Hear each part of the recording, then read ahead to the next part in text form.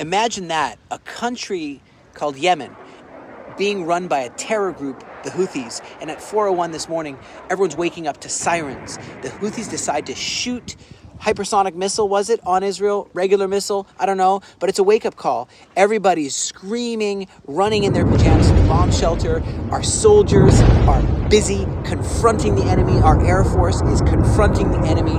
United States is confronting the enemy. Hamas begins to shoot Israel again. Yeah, that's right. 3 long-range rockets fired from Gaza towards central Israel, towards Tel Aviv. They didn't really hit. 2 landed in open areas, and the other one was intercepted in the air. So no casualties were reported, but it reminds me of the trauma. You know, just recently, the sky was filled with rockets. Do you know that if Hamas had more rockets, more ability, more movability, if we don't have the squeeze on them, they would murder every single one of us by missile, by any way possible.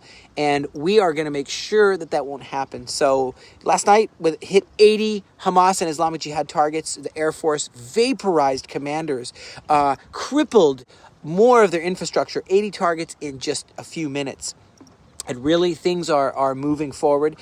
Some Gazans are saying, look, we like Trump's idea. We want out of Gaza. These leaders have ruined our lives. The Hamas, the Islamic Jihad leadership, their hate have ruined our lives. And I remember that back in February, Trump said, look, at the beginning of February, we want to move them out. I know up to 25,000 people could be moved out by plane, by ship, by bus.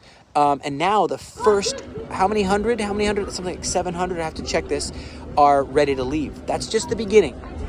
And just after this large-scale attack, the pressure is put back on with an air campaign, with an on-the-ground campaign.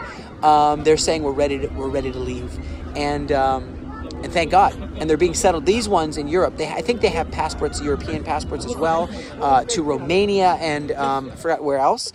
But what's happening right now, the Houthis are continuing to launch attacks on shipping, on maritime vessels. And right now, we're saying they're not going to continue that. We're not going to allow that whatsoever. Now, this whole thing is not a full-scale invasion yet. It's a preparation.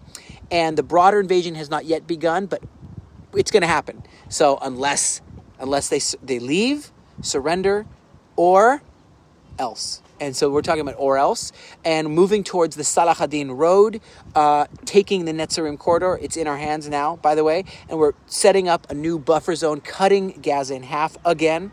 The very thing we did before, doing it all again.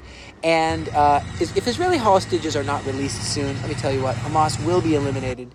Mark my words. U.S. President said yes, he agreed. It's just no more games. We don't have time for games. He says in the same way that Yahya Sinwar brought destruction on Gaza, Mohammed Sinwar, his brother, will bring complete destruction on Gaza. Right now, Mohammed al-Jamasi, head of Hamas Emergency Committee, was taken out. Issam al-Dais, head of Hamas government, was taken out. Mohammed Abu Wafda is taken out. Bajit Abu Sultan taken out. So these are operational people, justice minister, all these kind of people taken out. And look what's going on with other evil dictatorships, okay? Well, Turkey's president, Erdogan, has just said, you know what? I don't want to be anything but a dictator. And the one guy who was opposing him, who had any kind of popularity, any kind of power, jailed right away. And a full curfew has been imposed all over the country after millions of people demonstrated against this, quote, crazy sultan. He has gone full dictator.